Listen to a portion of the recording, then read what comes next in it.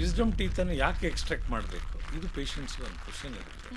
So ಏನಾಗುತ್ತೆ, chocolate ತಿನ್ನಬಾರ್ದು ಅಂತ ಯಾರು ಡೆಂಟಲ್ ಡಾಕ್ಟರ್ ಹೇಳೋದಿಲ್ಲ, ಚಾಕ್ಲೇಟ್ ತಿನ್ನಿ. ಆದರೆ ಸೊ ವಿಗರಸ್ ಆಗಿ ಟೂತ್ ಬ್ರಷ್ ಮಾಡಿದಾಗ there is a loss of enamel. Paste ಹಿಂದ್ಗಡೆ ಒಂದು ಲೈನ್ ಇರುತ್ತೆ, ಅದು blue colour, black colour, red colour. So green colour ಇದ್ರೆ ವೆಜ್ಜು, ರೆಡ್ ಕಲರ್ ಇದ್ರೆ ನಾನ್ ವೆಜ್. ಆ ಥರ ಏನಾದರೂ ಇದೆಯಾ? ಬಟ್ ಹಲ್ಲು ದುರ್ಸೋದು ಅಷ್ಟೊಂದು ಸುಲಭ ಅಲ್ಲ. ಇದನ್ನು ನೀವು ಡೆಂಟಲ್ ಡಾಕ್ಟರ್ಗೆ ಬಿಟ್ಬಿಡಿ.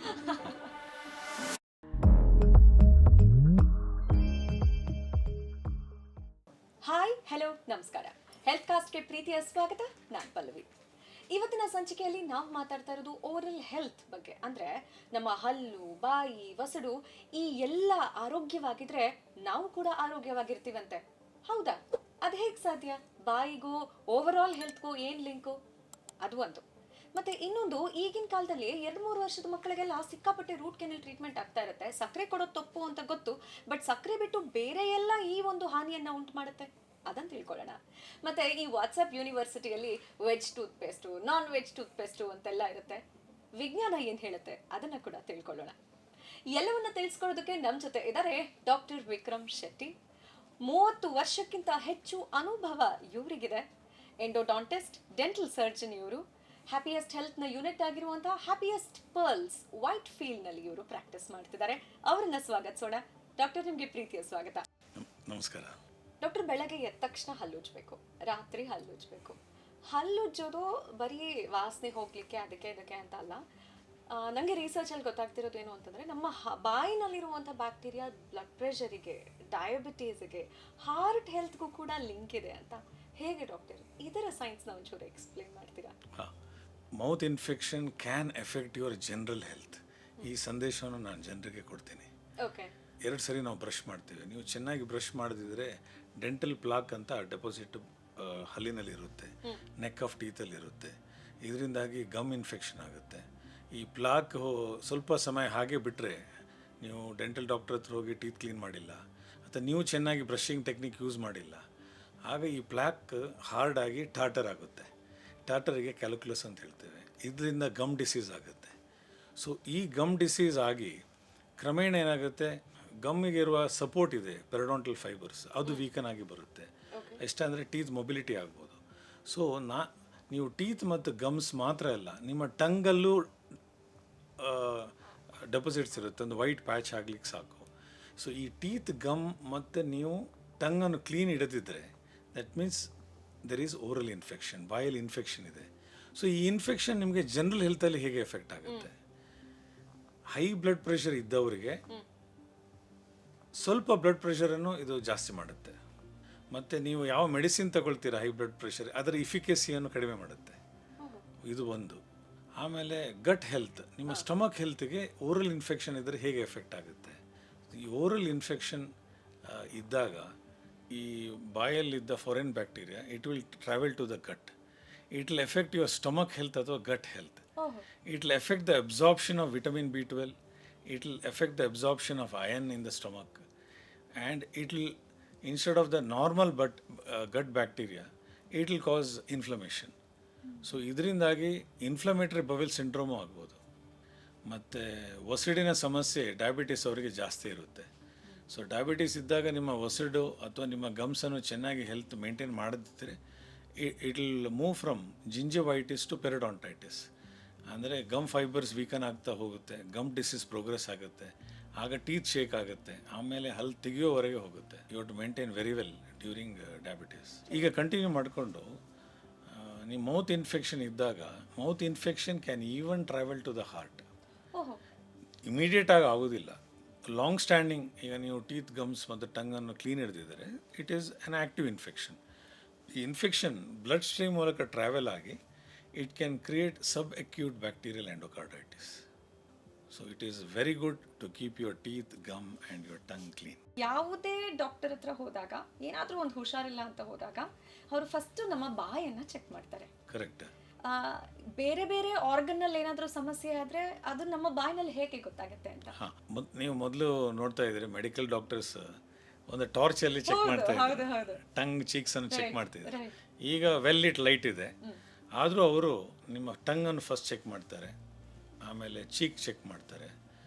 ಫಂಗಲ್ ಇನ್ಫೆಕ್ಷನ್ ಇರಬಾರ್ದು. ಫಂಗಲ್ ಇನ್ಫೆಕ್ಷನ್ ಇದ್ದಾಗ ಅದಕ್ಕೆ ಟ್ರೀಟ್ಮೆಂಟ್ ಮಾಡ್ತಾರೆ. ಚೀಕಲ್ಲಿ ಏನಾಗುತ್ತೆ, ಈ ಪಾನ್ ಮಸಾಲ ತಿಂದವರು ಅಥವಾ ಬೀಟಲ್ ನಟ್ ವಿತ್ ಟೊಬ್ಯಾಕೊ ತಿಂದವರಿಗೆ ಓರಲ್ ಸಬ್ಮಿಕೋರಸ್ ಫೈಬ್ರೋಸಿಸ್ ಬ್ಯಾಂಡ್ಸ್ ಇರುತ್ತೆ. ಇದಕ್ಕೆ ಓರಲ್ ಮೆಡಿಸಿನ್ ಸ್ಪೆಷಲಿಸ್ಟ್ ಡೆಂಟಲ್ ಡಾಕ್ಟರ್ಸಲ್ಲಿ ಅವ್ರು ಟ್ರೀಟ್ ಮಾಡ್ತಾರೆ. ಆಮೇಲೆ HIV ಪೇಷಂಟ್ಸಲ್ಲಿ ಸ್ವಲ್ಪ ಹ್ಯಾರಿ ಗ್ರೋತ್ ಅನ್ನೋ ಟಂಗ್ ಇರುತ್ತೆ, ಹ್ಯಾರಿ ಲ್ಯೂಕೋಪ್ಲಿಕಿಯಾ ಅಂತ ಹೇಳೋದು. ಇದನ್ನು ಡಾಕ್ಟರ್ಸ್ ಐಡೆಂಟಿಫೈ ಮಾಡಿ ಆಮೇಲೆ HIV ಟ್ರೀಟ್ಮೆಂಟ್ ಕೊಡ್ತಾರೆ. ಇದು very rare HIV treatment. So ಅವರು ಲಿಪ್ ನೋಡ್ತಾರೆ, ಟಂಗ್ ನೋಡ್ತಾರೆ, ಚೀಕ್ ನೋಡ್ತಾರೆ, ಬಿಲೋ ದ ಟಂಗ್ ನೋಡ್ತಾರೆ, ಪ್ಯಾಲೆಟ್ ನೋಡ್ತಾರೆ. ಸೊ ತುಂಬ ಲೀಷನ್ಸ್ ಇದೆ. ಓರಲ್ ಹೆಲ್ತನ್ನು ಚೆನ್ನಾಗಿ ಮೇಂಟೈನ್ ಮಾಡಿ. ಪ್ರೆಗ್ನೆನ್ಸಿ ಮತ್ತು ಓರಲ್ ಹೆಲ್ತ್ ಇದಕ್ಕೂ ಕೂಡ ಏನೋ ಒಂದು ಲಿಂಕ್ ಇದೆ. ಅಂದರೆ ಸುಮಾರಷ್ಟು ಸರ್ತಿ ಹೆಣ್ಮಕ್ಳು ಹೆಸಿಟೇಟ್ ಮಾಡ್ತಾರೆ, ಗರ್ಭಿಣಿಯರು. ಮಾಡಬಹುದಾ ಮಾಡಬಾರ್ದಾ? ನಿಮ್ಮ ಸಜೆಷನ್ ಏನು? ವುಮೆನ್ ಪ್ರೆಗ್ನೆಂಟ್ ಆದಾಗ ಹಸ್ಬೆಂಡ್ ಆ್ಯಂಡ್ ವೈಫ್ ಇಬ್ಬರು ಟೆನ್ಷನ್ ಇರ್ತಾರೆ. ಏನಾದರೂ ಡೆಂಟಲ್ ಪ್ರಾಬ್ಲಮ್ ಬಂದರೆ ನಾನು ಟೀತ್ ಕ್ಲೀನಿಂಗ್ ಮಾಡಿಸ್ಬೋದಾ? ತುಂಬ ಸ್ವೀಟ್ಸ್ ತಿಂತಾರೆ ಪ್ರೆಗ್ನೆನ್ಸಿಯಲ್ಲಿ. ಸೊ ಶುಗರ್ ಇಂಟೇಕ್ ಇರುತ್ತೆ. ಎಕ್ಸ್ರೇ ತೆಗಿಬೋದಾ? ರೂಟ್ ಕೆನಾಲ್ ಟ್ರೀಟ್ಮೆಂಟ್ ಮಾಡ್ಬೋದಾ? ಸೊ ನೀವು ರೂಟ್ ಕೆನಾಲ್ ಟ್ರೀಟ್ಮೆಂಟ್ ಅಗತ್ಯ ಇದ್ದರೆ ನಿಮ್ಮ ಡೆಂಟಲ್ ಡಾಕ್ಟರ್ ಐಡೆಂಟಿಫೈ ಮಾಡಿದರೆ ಸೊ ಸೆಕೆಂಡ್ ಟ್ರೈಮಿಸ್ಟರ್ ಪ್ರೆಗ್ನೆನ್ಸಿಯಲ್ಲಿ ಮಾಡೋದು ಸೂಕ್ತ. ಮತ್ತು ಎಕ್ಸ್ರೇ ತೆಗೆಯೋದು ಸೇಫಾ? ಎಕ್ಸ್ರೇಗೆ ಲೆಡ್ ಆಪ್ರಾನ್ ಅಂತ ಬರುತ್ತೆ, ಮತ್ತು ಥೈರಾಯ್ಡ್ ಕಾಲರ್ ಇದೆ. ಇದನ್ನು ಹಾಕಿ ಎಕ್ಸ್ರೇ ತೆಗೆದ್ರೆ ಸೇಫ್. ಬಟ್ ನಿಮ್ಮ dental doctor they are intelligent doctors. Definitely they will take a decision along with your obstetrician and gynaecologist. OBG doctor ನಿಮ್ಮ ಡಾಕ್ಟ್ರೊಟ್ಟಿಗೆ ಕನ್ಸಲ್ಟ್ ಮಾಡಿ ತಗೊಳ್ತಾರೆ. ಮತ್ತು ಪ್ರೆಗ್ನೆನ್ಸಿಯಲ್ಲಿ ವಿಸ್ಡಮ್ ಟೀತ್ ಎಕ್ಸ್ಟ್ರಾಕ್ಷನ್, ಕೊನೆ ಹಲ್ಲು, ದವಡೆ ಹಲ್ಲು, ಅಲ್ಲಿ ಏನಾಗುತ್ತೆ, ನೋವು ಬಂದಾಗ ನಿಮಗೆ ನೀವು ಪೇನ್ ಕಿಲ್ಲರ್ ಆ್ಯಂಟಿಬಯೋಟಿಕ್ ತೊಗೊಂಡ್ರೆ 5 ದಿವಸ ಮಾತ್ರ. ಆಮೇಲೆ ಇನ್ಫೆಕ್ಷನ್ ಇದೆ. ಮತ್ತು ಇದು ಎಲ್ಲ ಎಮರ್ಜೆನ್ಸಿ ಇದ್ದರೆ ಮಾತ್ರ ಸೆಕೆಂಡ್ ಟ್ರೈಮಿಸ್ಟರ್ ಮಾಡ್ತಾರೆ, ಇಲ್ಲದಿದ್ದರೆ ನಿಮ್ಮ ಡೆಲಿವರಿ ಆದಮೇಲೆ ಮಾಡ್ತಾರೆ. ಥರ್ಡ್ ಟ್ರೈಮಿಸ್ಟರ್ ಪ್ರೆಗ್ನೆನ್ಸಿಯಲ್ಲಿ ಏನಾಗುತ್ತೆ ಅಂದರೆ ಚೈಲ್ಡಿದ್ದು ವೆಯ್ಟ್ ಜಾಸ್ತಿ ಆಗುತ್ತೆ. ಆ್ಯಂಡ್ ಮದರ್ಗೆ ಏನಾಗುತ್ತೆ, ಒಂದು ಡೆಂಟಲ್ ಚೇರಲ್ಲಿ ಕೂತ್ಕೊಳ್ಳಿಕ್ಕೆ ಪಾಸ್ಚರಲ್ಲಿ ಡಿಫಿಕಲ್ಟ್ ಆಗುತ್ತೆ. ನೋಡಿ, ಪ್ರೆಗ್ನೆನ್ಸಿ ಆಗಿರ್ಬೋದು, ಪೀರಿಯಡ್ಸ್ ಅಥವಾ ಮೆನ್ಸ್ಟ್ರಲ್ ಸೈಕಲಲ್ಲಿ ಇರ್ಬೋದು, ಅಥವಾ ಮೆನೋಪಾಸಲ್ಲಿ ಇರ್ಬೋದು, ಮೂರಲ್ಲೂ ಏನಾಗುತ್ತೆ ಅಂದರೆ ಹಾರ್ಮೋನಲ್ ಚೇಂಜಸ್ ಇರುತ್ತೆ. ಈ ಹಾರ್ಮೋನಲ್ ಚೇಂಜಸ್ಸಿಂದ there is an increase blood flow to the gums. Okay. ಮತ್ತು ಏನಂದರೆ ನೀವು ಟೀತ್ ಮತ್ತು ಗಮ್ಸನ್ನು ಕ್ಲೀನಾಗಿ ಇಟ್ಕೊಳ್ಬೇಕು. ಗಮ್ಸ್ ಸೋಲನ್ ಆಗಿರುತ್ತೆ, ಗಮ್ಸ್ ರೆಡ್ ಆಗಿರುತ್ತೆ, ದಟ್ ಈಸ್ ಅನ್ ಇಂಡಿಕೇಶನ್. ಗಮ್ಸಲ್ಲಿ ಪೇಯ್ನ್ ಬರುತ್ತೆ, ಗಮ್ಸಲ್ಲಿ ಬ್ಲೀಡಿಂಗ್ ಬರ್ಬೋದು. ಇದೆಲ್ಲವೂ ನೀವು ಗಮ್ಸನ್ನು ಕ್ಲೀನಾಗಿ ಇಟ್ಕೊಳ್ಳೋದಿದ್ರೆ. So this is hormonal changes ಇದ್ದಾಗ you are more prone for gum infection. ಬೆಳಿಗ್ಗೆ ಮತ್ತು ರಾತ್ರಿ 2 ಸರಿ ಚೆನ್ನಾಗಿ ಬ್ರಷ್ ಮಾಡಿ. ಎಲ್ಲಿ ಜನರು ತಪ್ತಾರೆ ಅಂದರೆ ಈ 2ರ ಮಧ್ಯೆ ಬೆಳಿಗ್ಗೆ ಮತ್ತು ರಾತ್ರಿ ಬ್ರಷ್ ಮಾಡೋ ಮೊದಲು ಈಗಿನ refined sugar intakes, refined food intakes, sugar intakes, cola drinks, chocolates. So ಏನಾಗುತ್ತೆ, ಚಾಕ್ಲೇಟ್ ತಿನ್ನಬಾರ್ದು ಅಂತ ಯಾರೂ ಡೆಂಟಲ್ ಡಾಕ್ಟರ್ ಹೇಳೋದಿಲ್ಲ. ಚಾಕ್ಲೇಟ್ ತಿನ್ನಿ, ಆದರೆ ಚೆನ್ನಾಗಿ ರಿನ್ಸ್ ಮಾಡಿ. ಮತ್ತು ಇಮಿಡಿಯೇಟಾಗಿ ಮತ್ತೆ ಬೇಕಾದ್ರೆ ಬ್ರಷ್ ಮಾಡಿ. ತುಂಬ ಚಾಕ್ಲೇಟ್ ತೊಗೊಂಡಿದ್ರೆ ಇಮಿಡಿಯೇಟ್ ಬ್ರಷ್ ಮಾಡ್ಬೋದು. ನೀವು ಮೌತ್ ವಾಶನ್ನು ಯೂಸ್ ಮಾಡ್ಬೋದು. ಚೆನ್ನಾಗಿ ಗಾರ್ಗಲ್ ಮಾಡಿ, ಆಗ ಡೆಪಾಸಿಟ್ಸ್ ಟೀತಲ್ಲಿ ನಿಲ್ಲುವುದಿಲ್ಲ. ಮತ್ತು 6 ಮಂತ್ಸಿಗೊಮ್ಮೆ ಟೀತ್ ಕ್ಲೀನಿಂಗಿಗೆ ನಿಮ್ಮ ಡೆಂಟಲ್ ಡಾಕ್ಟರ್ ಹತ್ರ ಮಾಡಿಸ್ಬೇಕು, at least once in a year. ಈಗ ನೀವು ಪ್ರಾಕ್ಟೀಸ್ ಮಾಡ್ತಿರೋದ್ರಿಂದ ನೀವು ನೋಡ್ತಿರ್ತೀರಿ, 2-3 ವರ್ಷದ ಮಕ್ಕಳಿಗೆಲ್ಲ root canal is a very common thing. Correct. ಸಕ್ಕರೆ ತಿಂದರೆ ಬರುತ್ತೆ ಅಂತ ಗೊತ್ತಿದೆ, ಬಟ್ ಅದು ಬಿಟ್ಟು ಬೇರೆ ಯಾವೆಲ್ಲ ಕಾರಣಗಳಿದೆ ಮಕ್ಕಳಲ್ಲಿ ಈ ಕ್ಯಾವಿಟಿ ಆಗಲಿಕ್ಕೆ? ಅಲ್ಲ, ನಾವು ಮಕ್ಕಳಿದ್ದಾಗಲೂ ನಮಗೆ ಸ್ವೀಟ್ಸ್ ಖುಷಿ, ಹೌದು, ಚಾಕ್ಲೇಟ್ಸ್ ಖುಷಿ. ಈಗ ಇನ್ನೂ ಜಾಸ್ತಿ ಆಗಿದೆ. ಸೊ ಎಲ್ಲದರಲ್ಲೂ ಚಾಕ್ಲೇಟ್ ಆ್ಯಡ್ ಮಾಡಿಬಿಟ್ಟಿದ್ದಾರೆ. ಸೊ ಈಗ ಏನಾಗಿದೆ, ಪೇರೆಂಟ್ಸ್ ಸಣ್ಣದರಿಂದ ಮಕ್ಕಳಿಗೆ ಕಂಟ್ರೋಲ್ ಮಾಡಿದರೆ ಮಾತ್ರ ಆ ಚಾಕ್ಲೇಟ್ ಕನ್ಸಂಪ್ಷನ್ ಕಡಿಮೆ ಆಗಿರುತ್ತೆ. ಅದು ಪೇರೆಂಟ್ಸ್ ಬಿಟ್ಟುಬಿಟ್ರೆ, ಇನ್ನು ಮಕ್ಕಳು ಅಳ್ತಾ ಇದ್ದಾರೆ, ಇಬ್ಬರು ಕೆಲಸ ಮಾಡ್ತಾ ಇದ್ದಾರೆ, ಇಬ್ಬರಿಗೂ ಟೈಮ್ ಇಲ್ಲ, ಆಗ ಬೇರೆ ನಿಮಗೆ ವಿಧಾನ ಇಲ್ಲ, ನಿಮಗೆ ಮೊಬೈಲ್ ಕೊಟ್ಟ ಹಾಗೆ. ಸೊ ಏನಾಗುತ್ತೆ, ನಾನು 2 ವರ್ಷ ಅಥವಾ ಸಣ್ಣ ಮಗುಗೆ ಮಿಲ್ಕ್ ಬಾಟ್ಲಲ್ಲಿ ಕೊಡ್ತೀರಾ, ಮಿಲ್ಕ್ ಬಾಟ್ಲ್ ಕೊಟ್ಟು ಅಲ್ಲಿಗೆ ಮಗುಗೆ ನಿದ್ದೆ ಬಂದುಬಿಡುತ್ತೆ. ಆಗ ಏನಾಗುತ್ತೆ, milk contains sugar, that gives you nursing bottle caries. ಅಲ್ಲಿ ಡಿಕೆ ಶುರು ಆಗುತ್ತೆ. 5 ವರ್ಷ, 7 ವರ್ಷ, 8 ವರ್ಷದ ಮಕ್ಕಳು ಈ ಏನಾಗುತ್ತೆ ಅಂದರೆ ಚಾಕ್ಲೇಟ್ಸ್ ತಿಂತಾರೆ, ಚಿಪ್ಸ್ ತಿಂತಾರೆ, ಬಿಸ್ಕೆಟ್ಸ್ ತಿಂತಾರೆ, ಎಲ್ಲ ಇದರಲ್ಲೂ ಸುಕ್ರೋಸ್ ಇದೆ. ಸೊ ಇದರಿಂದ ಹಲ್ಲಲ್ಲಿ ಒಂದು ಬ್ಲ್ಯಾಕ್ ಕಲರ್ಡ್ ಕ್ಯಾವಿಟಿ ಸ್ಟಾರ್ಟ್ ಆಗುತ್ತೆ. ಸೊ ಬೇಸಿಕ್ ಕ್ಯಾವಿಟಿ ಇದ್ದಾಗ ನೀವು ಡೆಂಟಲ್ ಡಾಕ್ಟರ್ ಹತ್ರ ಹೋದರೆ ಈ ಕ್ಯಾವಿಟಿಯನ್ನು ಅವರು ಡ್ರಿಲ್ಲಿಂಗ್ ಅಂತಿದೆ. ಡ್ರಿಲ್ ಮಾಡಿ ಕ್ಯಾವಿಟಿಯನ್ನು ತೆಗೆದು ಹಲ್ಲು ಹುಳುಕು, ಅದನ್ನು ಡೆಂಟಲ್ ಡಿಕೆ ಅಂತ ಹೇಳ್ತೀವಿ, ಆ ಹುಳುಕನ್ನು ತೆಗೆದು ಅದನ್ನು ಒಳ್ಳೆಯ ಪ್ರೊಟೆಕ್ಷನ್ ಕೊಟ್ಟು ಟೂತ್ ಕಲರ್ಡ್ ಫಿಲ್ಲಿಂಗ್ಸ್ ಮಾಡ್ತಾರೆ. ಸೊ ಈಗ ಏನಾಗುತ್ತೆ, ಕ್ಯಾವಿಟಿ ಪ್ರೋಗ್ರೆಸ್ ಆಗೋದಿಲ್ಲ, ಆಗ ನಿಮಗೆ ರೂಟ್ ಕೆನಾಲ್ ಟ್ರೀಟ್ಮೆಂಟ್ ಮಾಡುವ ಅವಶ್ಯಕತೆ ಇಲ್ಲ. ಒಂದು ದಿವಸ ನೋವು ಸ್ಟಾರ್ಟ್ ಆಗುತ್ತೆ, ಆಗ ಏನಾಗುತ್ತೆ, ಈ ಹಲ್ಲು ಹುಳುಕು ಹಲ್ಲಿನ ಬೇರಿಗೆ ಇನ್ಫೆಕ್ಟ್ ಆಗಿರುತ್ತೆ. ಇಂಥ ಟೈಮ್ನಲ್ಲಿ ಏನು ಮಾಡೋಕ್ಕೆ ಸಾಧ್ಯ ಇದೆ? ಹೇಗೆ ನಾವು ಬಾಯಿನ ಆರೋಗ್ಯವನ್ನು ಮಕ್ಕಳ ಆ ಒಂದು ಸಣ್ಣ ವಯಸ್ಸಿನಲ್ಲಿ ನೋಡ್ಕೊಳ್ಳೋಕ್ಕೆ ಸಾಧ್ಯ? The bottle containing the milk ಅದನ್ನು ಇಮಿಡಿಯೇಟ್ ತೆಗಿಬೇಕು. ಓಕೆ, ಅಫ್ಕೋರ್ಸ್ ಅಷ್ಟು ಸಣ್ಣ ಏಜಲ್ಲಿ ನೀವು ರಿನ್ಸ್ ಮಾಡಲಿಕ್ಕೆ ಆಗೋದಿಲ್ಲ, ಅದೊಂದು ಲಿಮಿಟೇಷನ್ ಇದೆ. ಬಟ್ ಮತ್ತೆ 3 ವರ್ಷ 4 ವರ್ಷ ಮಕ್ಕಳಿಗೆ ಆದಾಗ ನೀವು ಚಾಕ್ಲೇಟ್ ತಿಂದ ಮೇಲೆ ಇಮಿಡಿಯೇಟ್ ಅವರಿಗೆ ರಿನ್ಸ್ ಮಾಡಲಿಕ್ಕೆ ಹೇಳಬೇಕು. ಮತ್ತು ಇನ್ನೊಂದು ಏನಾಗುತ್ತೆ ಅಂದರೆ, ಕೆಲವು ಸರಿ ಮಕ್ಕಳು ಮಧ್ಯಾಹ್ನ ಸ್ಕೂಲಿಂದ ಬರ್ತಾರೆ, ಚಾಕ್ಲೇಟ್ ತಿಂತಾರೆ, ಚಾಕ್ಲೇಟ್ ತಿಂದು ಅಲ್ಲಿಗೆ ಮತ್ತೆ ಮಲಗಿಬಿಡ್ತಾರೆ. The chocolate coat on the teeth, sugar direct contact on the enamel. ಮಕ್ಕಳಲ್ಲಿ ಎನಾಮಲ್ ಸಾಫ್ಟ್ ಆಗಿರುತ್ತೆ, ಸೊ ಡಿಕೆ ಭಾಳ ಫಾಸ್ಟಾಗಿ ಪ್ರೋಗ್ರೆಸ್ ಆಗುತ್ತೆ. ತುಂಬ ಸಿಗಳು ಇದೆ. ಚಾಕ್ಲೇಟ್ ಇಸ್ ಸಿ. ಮಕ್ಕಳಿಗೆ ಚಾಕ್ಲೇಟ್ ಅಂದರೆ ಭಾಳ ಖುಷಿ. ಆಮೇಲೆ ಅದಕ್ಕಿಂತ ಮೊದಲು ಬಂತು, ಬಿಸ್ಕೆಟ್ ಇದೆ. So biscuits, chocolates, many chips, soda drinks, ಮತ್ತು ಎಲ್ಲ refined food, most of it contains sucrose. Doctor, ಸಕ್ಕರೆ ಬಗ್ಗೆ ಮಾತಾಡಿದ್ವಿ. ನಿಮ್ಮ ಟೂತ್ ಪೇಸ್ಟ್ನಲ್ಲಿ ಉಪ್ಪು ಇದೆ ಅಂತೆಲ್ಲ ಬರುತ್ತಲ್ಲ, ಸೊ ಉಪ್ಪು ನಿಜವಾಗ್ಲೂ ಸಹಾಯಕಾರಿನಾ? ಸಿ, salt water gargling is like a mouthwash. It will help the teeth to keep clean. So ಈ ವಿಸ್ಡಮ್ ಟೂತ್ ಹಿಂದೆ ಇರೋ ವಿಜ್ಞಾನ ಏನು ಹೇಳಿ? ಸೊ ವಿಸ್ಡಮ್ ಟೂತ್ ಕೊನೆಯ ದವಡೆ ಹಲ್ಲಿಗೆ ಇಂಪ್ಯಾಕ್ಟೆಡ್ ಟೂತ್ ಅದ ವಿಸ್ಡಮ್ ಟೀತ್ ಅಂತ ಹೇಳ್ತೀವಿ. ಇದು 17ರಿಂದ 21 ವರ್ಷಕ್ಕೆ ಬರುತ್ತೆ.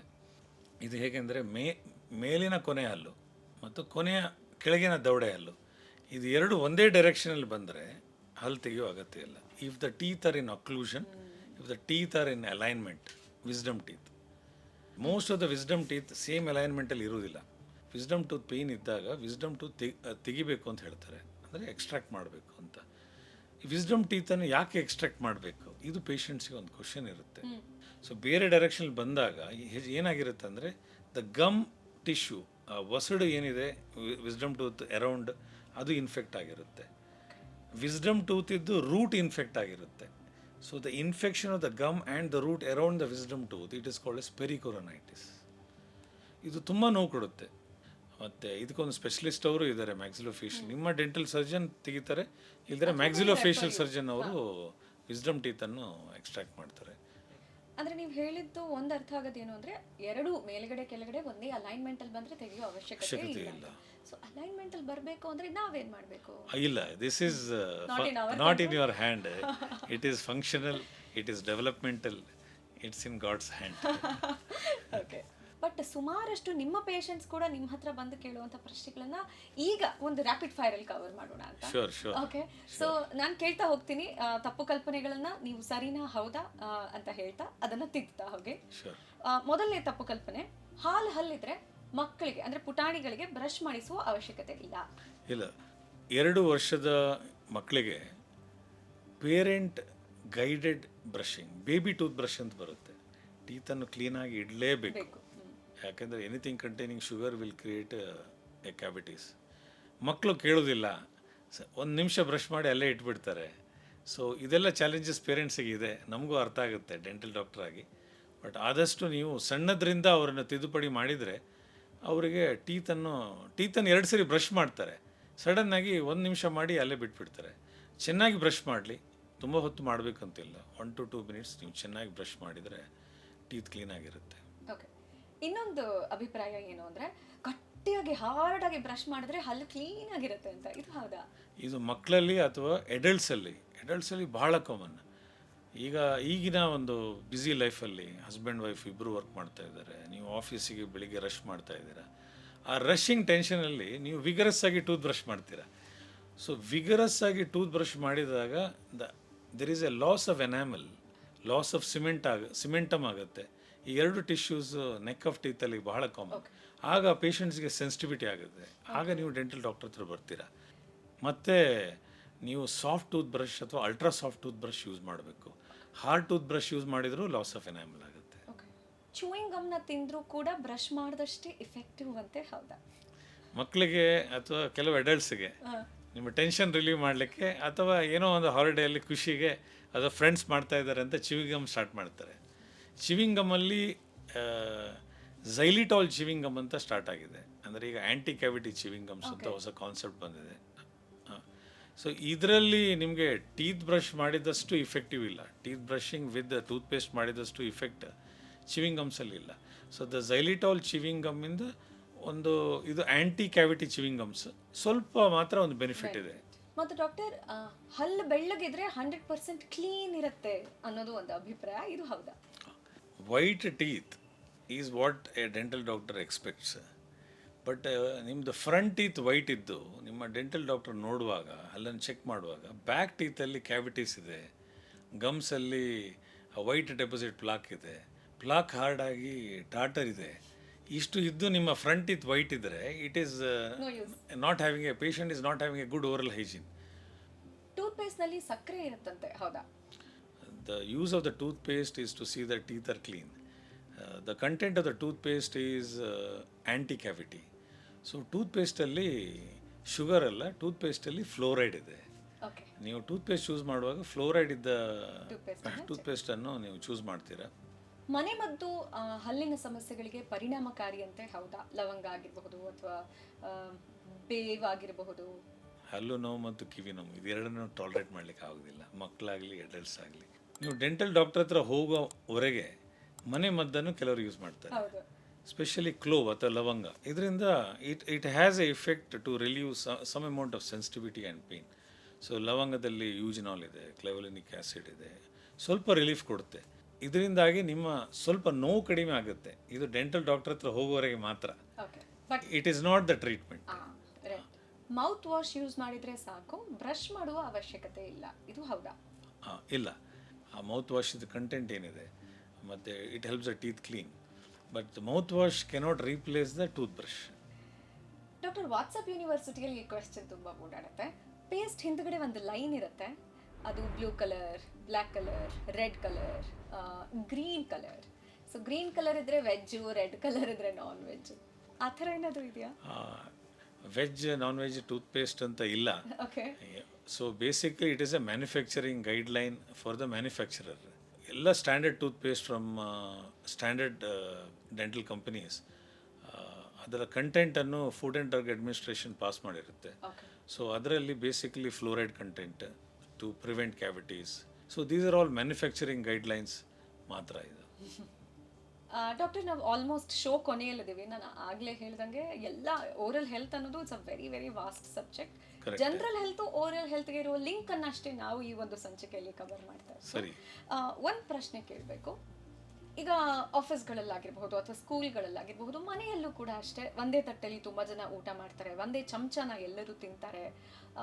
ವಿಜ್ಞಾನ ಇದಕ್ಕೆ ಓಕೆ ಹೇಳುತ್ತಾ? ಫುಡ್ ಫಾರ್ ಎಕ್ಸಾಂಪಲ್ ಒಂದು ಐಸ್ ಕ್ರೀಮ್ ಅಥವಾ ಒಂದು ಸ್ವೀಟನ್ನು ಹೆಚ್ಚಾಗಿ ಒಬ್ಬರು ತಿಂದ ಸ್ಪೂನಲ್ಲಿ ಇನ್ನೊಬ್ಬರು ಅದೇ ಸ್ಪೂನಲ್ಲಿ ಎಲ್ಲ 4 ಜನ ತಿಂತಾರೆ. ಸೊ ಇದರಿಂದ ಇದು ಮಾಡಬಾರ್ದು. ನೀವು ಸಪ್ರೇಟಾಗಿ ಸ್ಪೂನ್ ಯೂಸ್ ಮಾಡಬೇಕು. ಯಾಕಂದರೆ ಈಗ ಒಂದು ಸ್ಪೂನನ್ನು ಏನೋ ಈಗ ತಾಯಿಯವರು ಯೂಸ್ ಮಾಡಿದ್ದನ್ನು ಮಕ್ಕಳು ಯೂಸ್ ಮಾಡಿದರೆ ಅಥವಾ ನಿಮ್ಮ ಫ್ರೆಂಡ್ಸ್ ಇಬ್ಬರು ಶೇರ್ ಮಾಡಿದರೆ, the bacterial load in your mouth you are transferring to your child or you are transferring to your friends. So ಆದರೆ ಏನಾಗುತ್ತೆ, ನಿಮ್ಮ ಇಮ್ಯುನಿಟಿ ಮೇಲೆ ಹೋಗುತ್ತೆ. ಇಬ್ಬರಿಗೂ ಯಾವ ಸ್ಪೂನ್ ಶೇರ್ ಮಾಡಿದ್ರೂ ಇಬ್ಬರದ್ದು ಇಮ್ಯುನಿಟಿ ಚೆನ್ನಾಗಿದೆ, ಓರಲ್ ಹೆಲ್ತ್ ಚೆನ್ನಾಗಿದ್ದರೆ ಏನೂ ಸಿಗ್ನಿಫಿಕೆಂಟ್ ಡಿಸೀಸ್ ಬರೋದಿಲ್ಲ. ಎಲ್ಲಿಯಾದರೂ ಒಬ್ಬರಿಗೆ ಈಗ ಹರ್ಪಿಸ್ ಸಿಂಪ್ಲೆಕ್ಸ್ ವೈರಸ್ ಇನ್ಫೆಕ್ಷನ್ ಇದ್ದರೆ ಅಲ್ಲಿಂದ ಟ್ರಾನ್ಸ್ಫರ್ ಆಗುತ್ತೆ.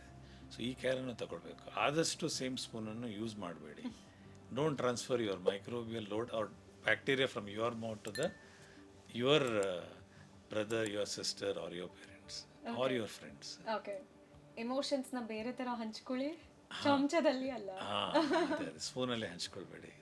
ಓಕೆ ಡಾಕ್ಟರ್, ನಾವು ಆಲ್ಮೋಸ್ಟ್ ಶೋ ಕೊನೆಯಲ್ಲಿದ್ದೀವಿ. Thank you so much. As a dental doctor, surgeon, ನಿಮ್ಗೆ ಏನನ್ಸುತ್ತೆ, ಯಾರಾದರೂ ಏನಾದರೂ ಪೇರೆಂಟ್ಸ್ ಕೂಡ ಅಷ್ಟೇ ಮಾತಾಡಬೇಕಾದ್ರೆ ಹಲ್ಲು ಉದುರಿಸ್ಬಿಡ್ತೀನಿ ನಿನಗೆ ಅಂತ ಹೇಳ್ತಾರಲ್ಲ, ನಿಮ್ಗೆ ಅನ್ಸುತ್ತಾ ಅಷ್ಟೊಂದು ಸುಲಭ ಅಲ್ಲಪ್ಪ ಹಲ್ಲು ಉದುರಿಸೋದು ಅಂತ? How do you look at it?